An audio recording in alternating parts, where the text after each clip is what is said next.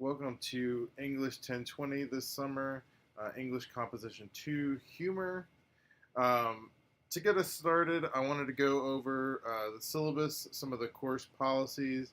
This document is available on Blackboard, so if you're watching this, you might want to pull up the document in another tab and follow along. So at the top, I have my contact information, the course information. So my name, Clayton A. Sims, Mr. Sims. My office is in the library tower, room 635. If you come out of the elevators, there'll be a sign pointing to room 619. Go through those double doors. My office will be the first office on the left, directly across from the water fountains. My office hours will be on Tuesdays and Thursdays from 10 a.m. to 12 p.m.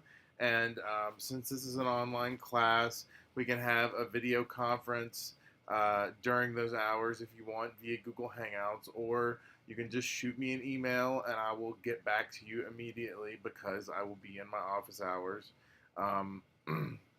Or if you're near campus, you can make an appointment and we can have a conference in person during those hours, again on Tuesdays and Thursdays.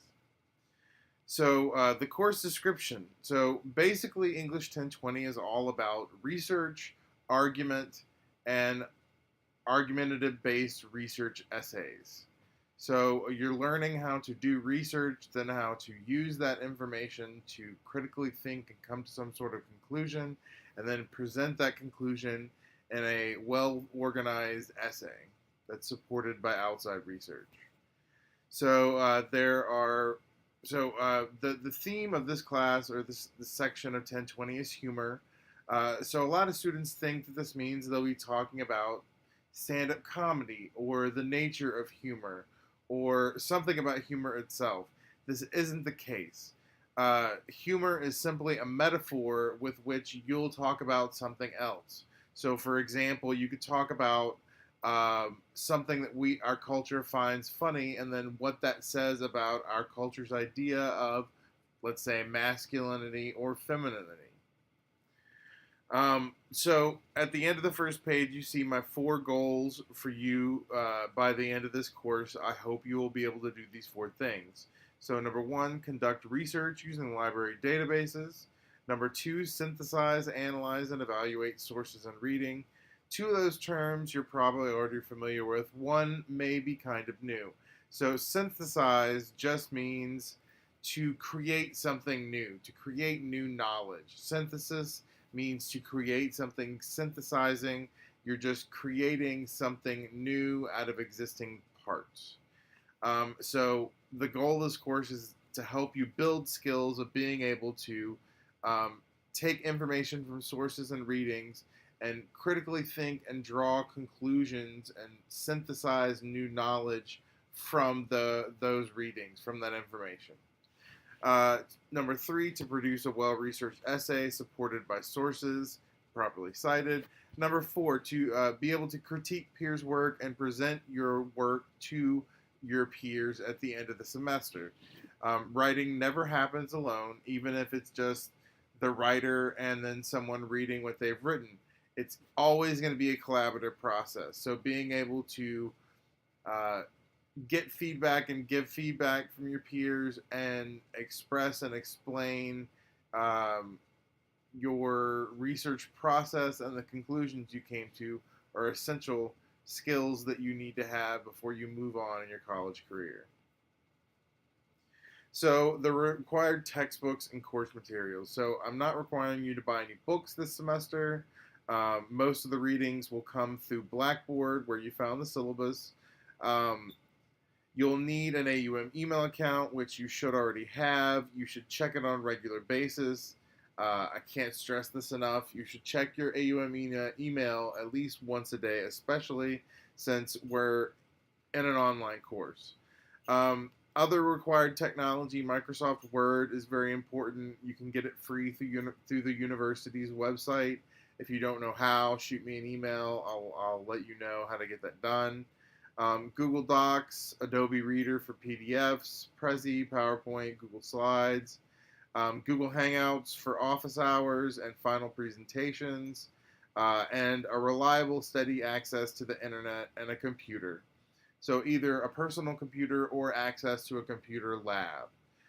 Everybody should have access to some sort of computer, and depending on your access to the internet, you just need to manage your time and make sure that you have adequate time with, a reliable internet connection.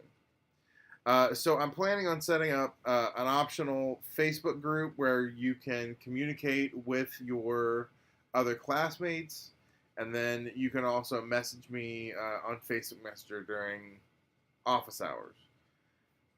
So let's go over some of the course policies. So number one, class atmosphere.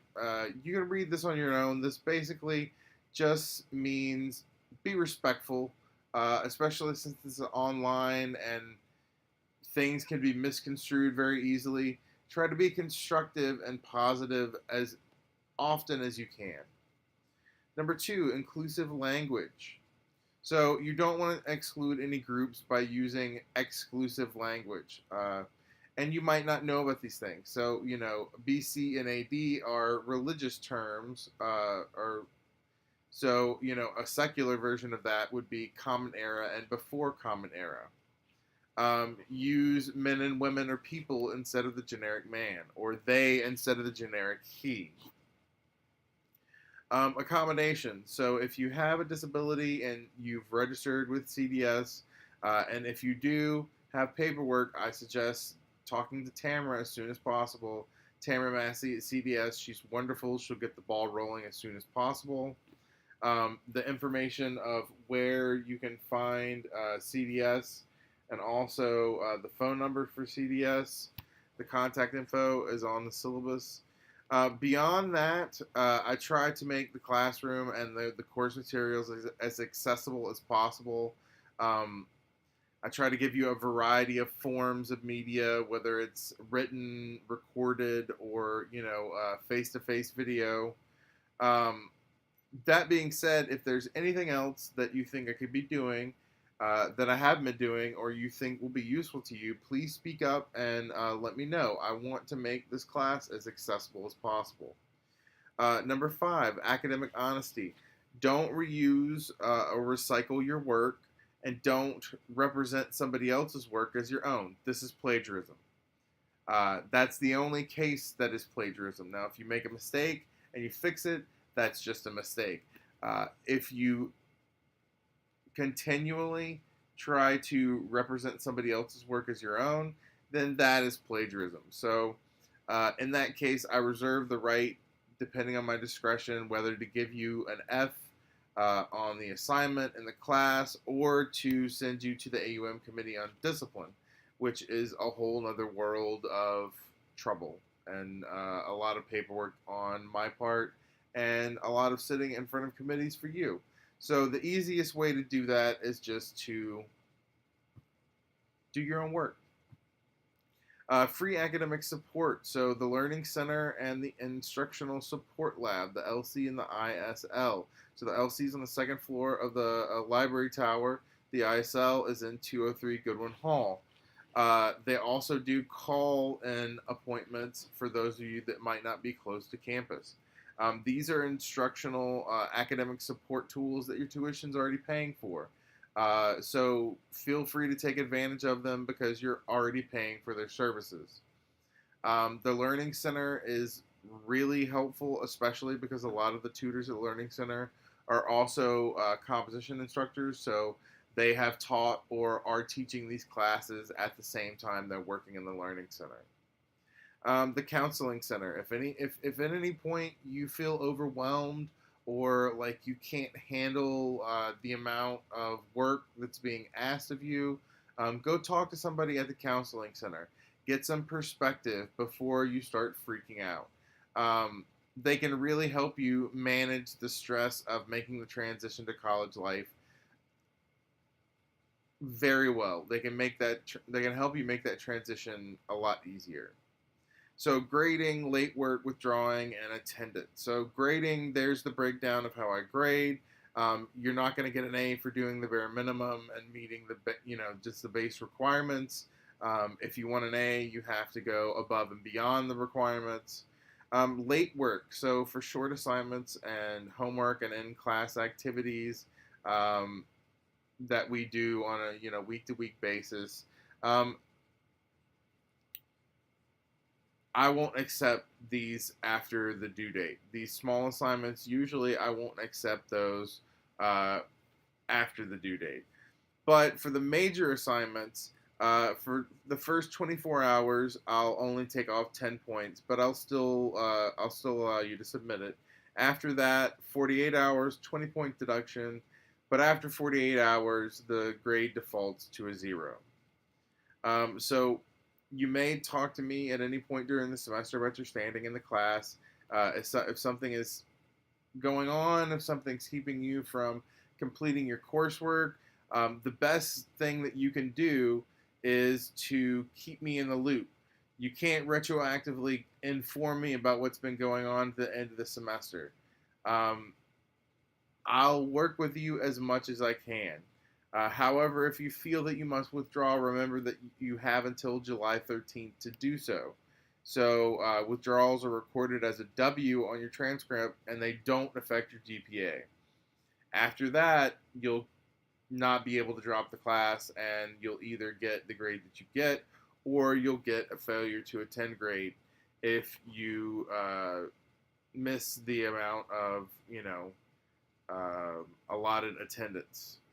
So being registered for this course doesn't count as attendance, neither is just logging into Blackboard. So you must complete your work on Blackboard in order to be considered attending class regularly. If you stop completing your coursework, then your last day attended will be the last date that you submitted any work.